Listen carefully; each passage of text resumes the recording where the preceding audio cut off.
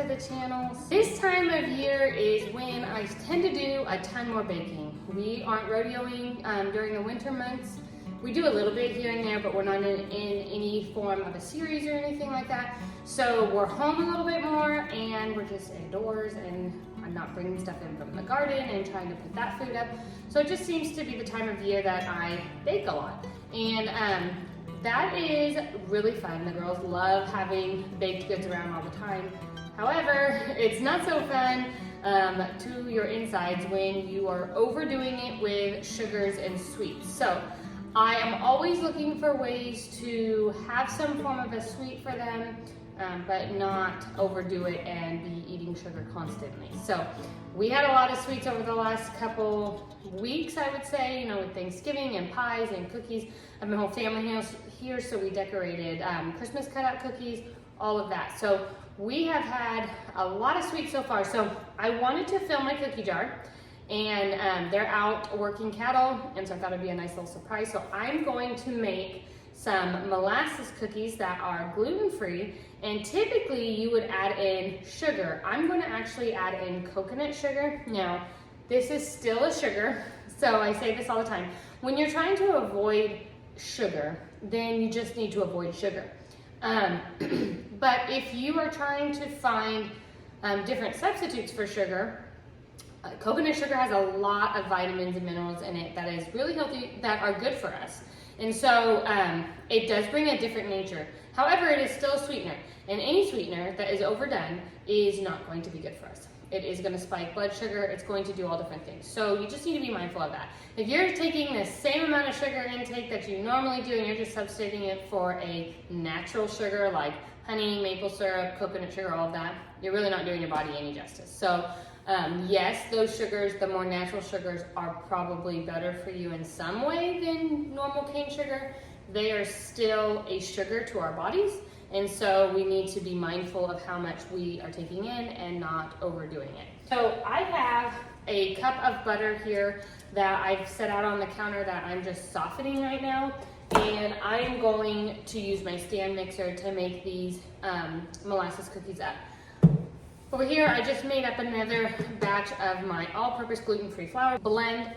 For this recipe, you're gonna use a gluten-free all-purpose flour blend, and it's good to find one that you like and that works well for you. So this is mine that I make up. It's the most like cup for cup.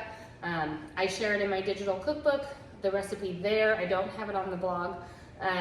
But it is the most like that. It is not dairy free because I do put dry milk powder in it. But if you were to buy a all-purpose gluten-free flour from the store, I would recommend Cup for Cup. Better Batter is a good one, and I even like Bob's Red Mill. They're one-to-one baking mix. So in the past, back when I was young, I didn't care for their baking mix quite as much. It was real grainy. They've since changed the flours that they use and things like that, because gluten-free flour blends are just that. It's a blend of different flours and starches. And so you have to pick the one that is best to your taste bud and that works best in all of your recipes. I find Cup for Cup, Better Batter, and Better Batter are the ones that do the best. Bob's Red Mill one-to-one does wonderful as well now. And I just make my homemade one because it has all the flours that I use in my breads. And so I buy those in bulk already, so it's easy for me to just make those up. If you're interested in that recipe, check out my digital cookbook, and I'll link that in the description. Okay, I went ahead and took my 1 cup of butter, ooh, that pot's hot, and I melted it on the stove. And now I'm just kind of letting it cool a minute off of my stovetop so it doesn't continue to get hot. And I'm gonna add it to the bowl of my stand mixer. If you don't have a stand mixer, you can do this in a regular bowl and spoon. I just use my stand mixer for everything, so I don't have to sit there and stir everything. But you could definitely do this with just a bowl and spoon. So I'm gonna pour my melted butter in there. I'm gonna go ahead and do 1 cup of coconut sugar. If you don't care and want to use cane sugar, you can do that, but some kind of a granulated sugar. And then I'm doing 1/4 cup of molasses. This is just blackstrap molasses. And then I'm gonna add 1 egg. And turn my mixer on and mix it all up. Okay, now I'm gonna go ahead and add in my flour. I'm gonna add in 2 cups of gluten-free all-purpose flour. If you don't need to be gluten-free, you could just use regular flour if you'd like. This is only a 1/2 cup. All my cups are in the dishwasher. So I'm doing 4 of those scoops. And then I'm gonna do 2 teaspoons of baking soda, a 1/2 teaspoon of salt,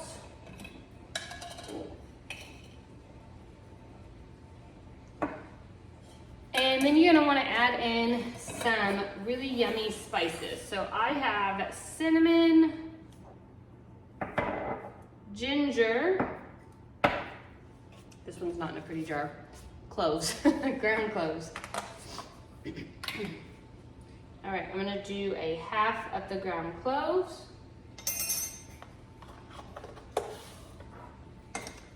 1/2 of ginger, that's a 1/2 teaspoon, sorry, and 1 teaspoon of cinnamon.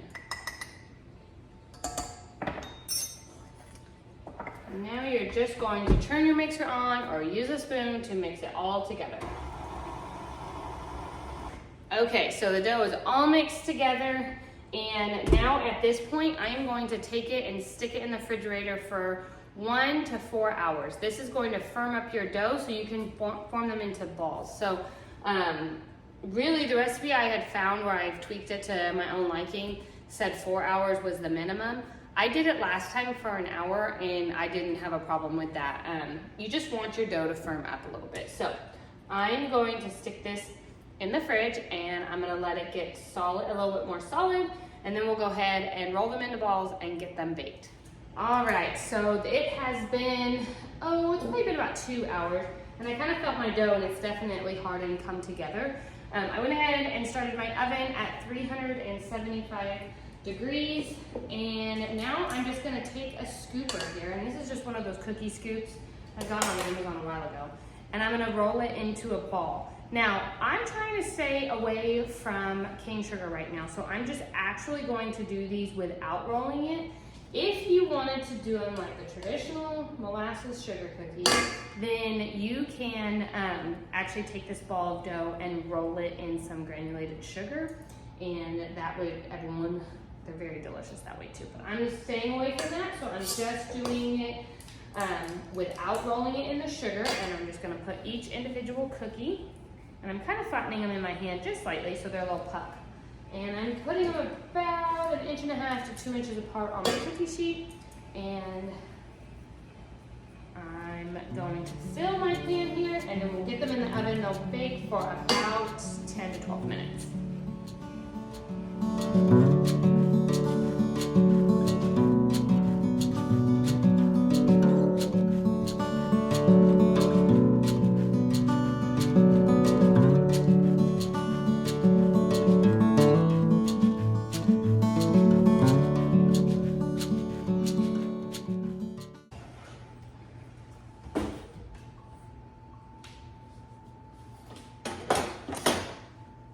Okay, so the timer went off and I'm taking them out of the oven. I'm gonna give them a minute to cool here on the pan before I use the spatula to put them here on the wire rack to cool all the way through. I could have actually made them just even a little bit smaller. These are gonna be nice big cookies for those that are outside working cattle when they come in to warm up and have a molasses cookie.